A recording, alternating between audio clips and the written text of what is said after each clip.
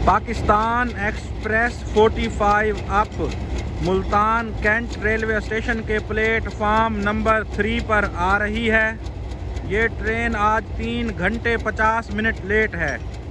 उसकी सबसे बड़ी वजह यह है कि ये ट्रेन कराची से ही लेट डिपार्चर हुई थी। अपने मुकर्ररा टाइम से 2 घंटे से भी ज़्यादा लेट डिपार्चर हुई थी।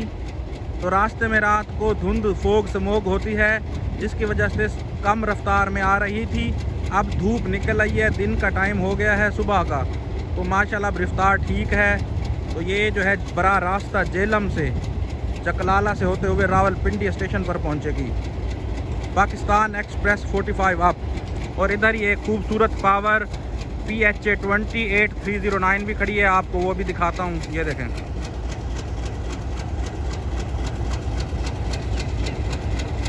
पाकिस्तान एक्सप्रेस का मुल्तान जो है 20 से 25 मिनट का स्टॉप होता है।